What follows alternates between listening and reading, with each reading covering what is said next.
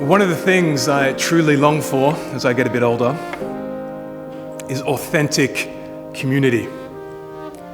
A place where you are known and you know, and we live together. Maybe as I'm getting a bit older and approaching my middle age, I seem to think that it's something that is becoming less in the suburbs of Melbourne. We're increasingly polarized and fragmented and individualized. And I wonder if we're starting as a people to lose the skills to build authentic community. And the building blocks of communities are, of course, relationships. And relationships are hard. They require constant maintenance. Sometimes they break down. But there is good news in that there is a secret ingredient to building authentic community, and that is the love of Jesus Christ. At St. Augustine's, we've been looking at the smallest letter in the New Testament, the book of Philemon. We've been looking at it last week, and we're looking at it for the next 2 weeks. And it's an amazing story of three very different men. Philemon, his servant Onesimus, and the Apostle Paul. And how they and the ancient church kind of worked out these social issues around relationship and community, and how these three men and their relationships changed when one of them became a Christian. And so last week, we looked at the story through the lens of Onesimus, who was a slave who ran away from the household of his master Philemon and stole a lot of his money and moved to the city of Rome on the other side of the Mediterranean Sea. And there, providentially, he met Philemon's old friend, Paul. And he met him, of all places, in a Roman jail. And Paul told him about Jesus, and this runaway slave, Onesimus, became a Christian. And last week, we talked about how the love of Christ refreshed the identity of this Onesimus, so much so that he changed from being this runaway slave into being a fellow brother of his former master, and even actually rose to become a leader in Philemon's church. But this morning, we look at the same story through the lens of Philemon, and we see how the love of Jesus refreshes their relationships. Even though for this Philemon to have his relationship refreshed with his old runaway slave is a very big ask. So who exactly was this Philemon that the letter to Philemon is named after? Well, we don't have a lot of information, but from the little clues that the Apostle Paul drops in his letter, we have enough to draw a pretty good sketch. Philemon lived in the city of Colossae, in the Roman province of Asia, which is now, confusingly, not in Asia, but in what is western Turkey along the Mediterranean Sea. This Philemon was probably a Roman citizen. He was probably very wealthy. He was married to a woman called Aphia, who was mentioned at the start of the letter. And together with Aphia, Philemon would have lived in a very large home in the city of Colossae. It was at least big enough to accommodate many guests, as he writes at the end of the letter, or Paul writes to him at the end of the letter. He says, "Brother, prepare a guest room for me." And his large house, if not estate, would have included a large extended family that would have lived together, and many servants, maybe 10, or if he had a large estate, maybe up to 100. And of course, amongst those servants, there were bonded servants or slaves like Onesimus. So this Philemon was an elite in the city of Colossae. But unlike most of the elites that lived in this city, not too long ago, maybe 4 or 5 years before this letter was written, Philemon had become a Christian. Somewhere he'd met the Apostle Paul, probably in the nearby city of Ephesus, and Paul told Philemon about Jesus, and he believed, and he became a Christian. And since then, he's risen to become a leader in the very early church in this part of the world. And indeed, he hosts the church in his own house. And he's the sort of man who's become social glue for Christian community. Of course, he hosts the church literally in his own house. And he's also very generous. He's probably the patron of this little church's pastor, a guy called Archippus, who is also mentioned at the start of the letter. And he's a great encourager and builder of Christian community. As Paul says to him in verse 7, he says, "The hearts of the saints, i.e. your fellow Christians in your Christian community, have been refreshed through you, Philemon." And also in verse 4, Paul writes and he says, "Philemon, I thank my God always when I remember you in my prayers, because I hear of your love and I hear of your faith." So this Philemon was a great encourager of Christian community, and he was known as a man of love. So why then is St. Paul writing him this letter that's in effect schooling him all about Christian community and Christian love? Maybe there were some limits to Philemon and his love and his community, and how far he was willing to draw the boundaries, in particular to his former runaway slave, Onesimus. We see this in verse 6.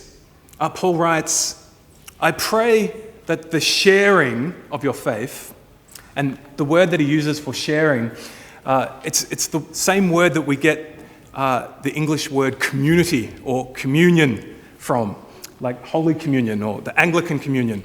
He's talking about fellowship within the church. So he says, "I pray that the sharing or fellowship of your faith may become effective for the full knowledge of every good thing that is for the sake of Christ." Or to paraphrase, Philemon, I pray that your community and your fellowship is thick enough so that you can receive the benefits of being in fellowship even with this Onesimus. And yeah, you might be thinking, well then, what's the problem here? You know, if this Philemon is Mr. Love and Mr. Community, what's going on? Of course, if I was him, well, I probably wouldn't have slaves in the first place, but if one of my slaves ran away and then miraculously became a Christian, I'd be pretty happy about it.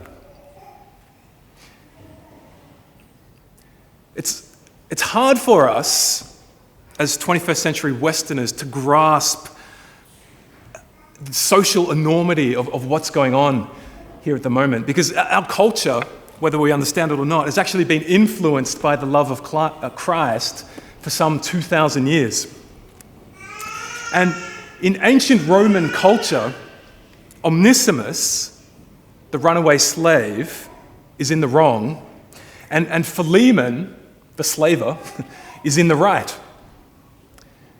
As we talked about last week, slaves, particularly household slaves or bonded servants in the Roman Empire, they had some rights, but slavery then, as now, was still an utterly evil institution that turns human beings into animals.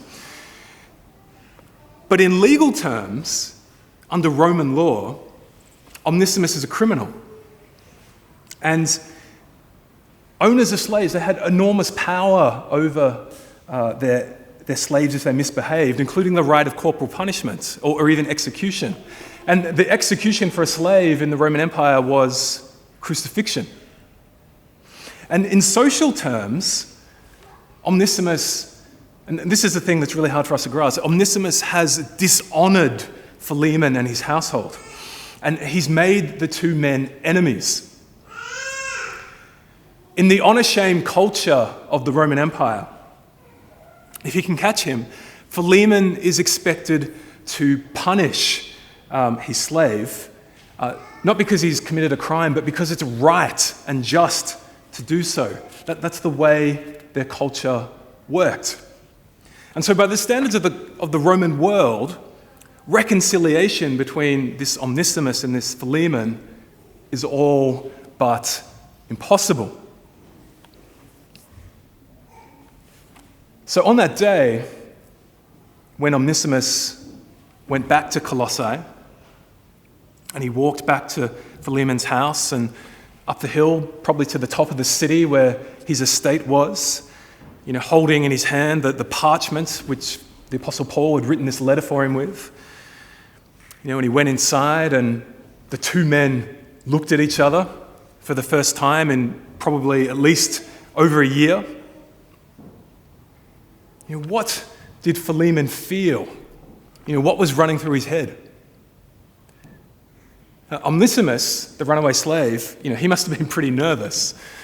But he's had time to prepare and think through how this is going to go and what he's going to say. And if nothing else, he's holding the letter, so he can go, well, Philemon, I met your friend Paul. It was an amazing story. Here, read this letter. He wrote it for you.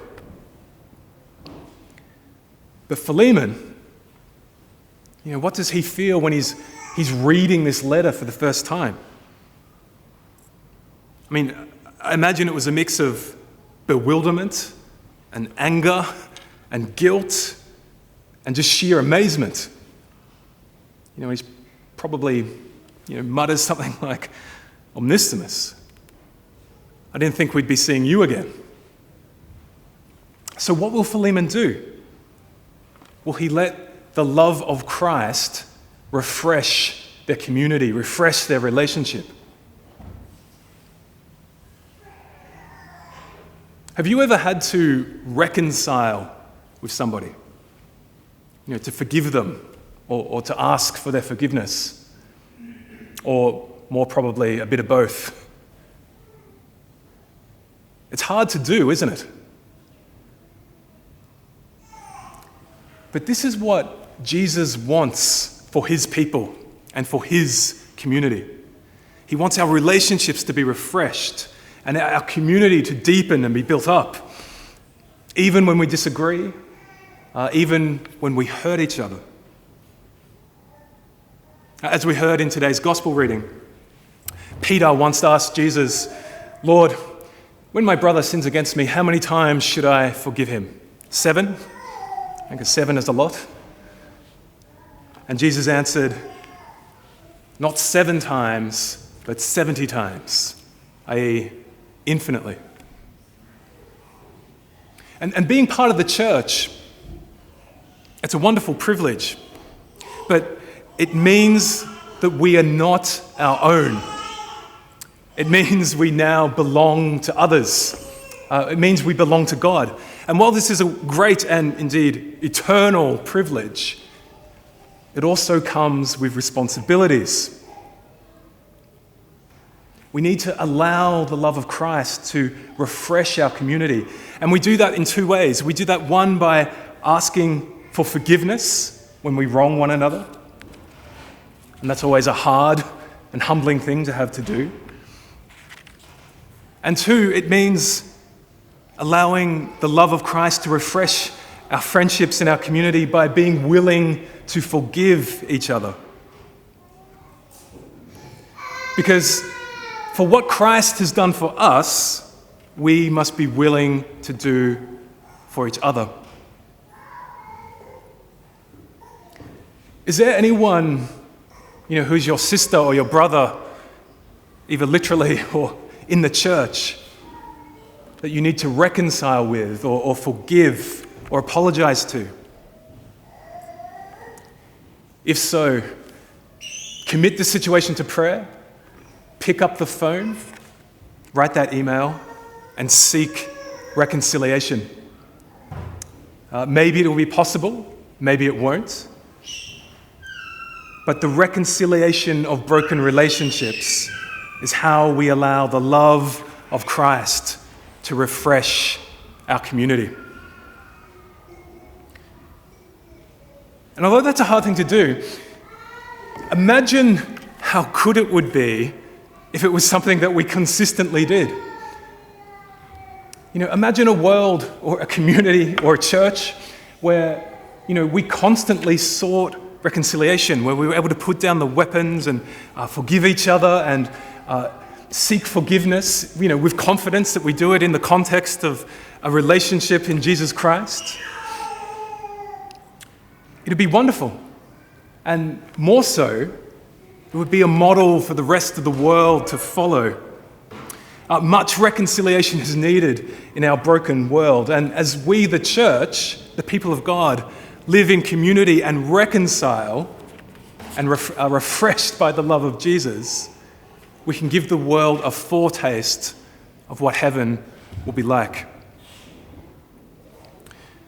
So to conclude, what happened on that day when Philemon and Onesimus met?